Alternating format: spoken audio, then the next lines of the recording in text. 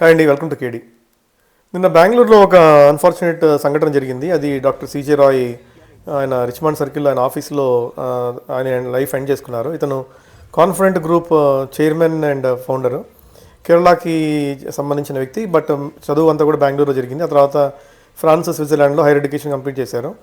ఇతను Confident Group అనే real estate కంపెనీకి చైర్మన్ అండ్ ఫౌండర్ అనమాట. చాలా ఫ్లాంబాయింట్ లైఫ్ స్టైల్ ఇతుంది, లగ్జరియస్ లైఫ్ స్టైల్. జీవితంలో అన్నీ ఉన్నాయి. 12 రోల్స్ రాయిస్ కార్స్ ఉన్నాయి, సూపర్ కార్స్ కానీ లగ్జరీ కార్స్ కానీ ఆల్మోస్ట్ 20-25 వరకు ఉంటాయి. సో 100 కోట్లు కార్లే ఉంటాయి. సో పర్సనల్ చాపర్ కూడా ఉంది ఆయనకి.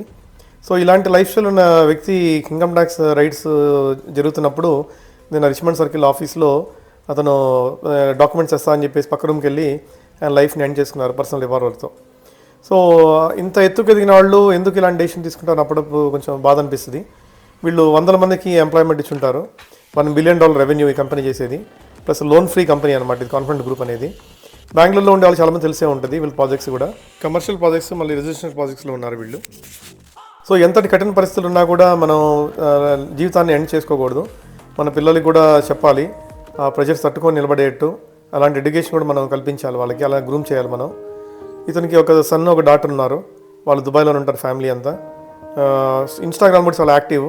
సో ఆల్మోస్ట్ 1.3 మిలియన్ ఫాలోవర్స్ ఉన్నారు. ప్లస్ ఈ మధ్య కాలంలో ఆయన తన మారుతి 800 ఫస్ట్ కార్ కోసం 10 లక్షలు రివార్డ్ పెట్టించారు. తర్వాత వేరే వాళ్ళు తీసుకొని ఇచ్చారనమాట దానికి.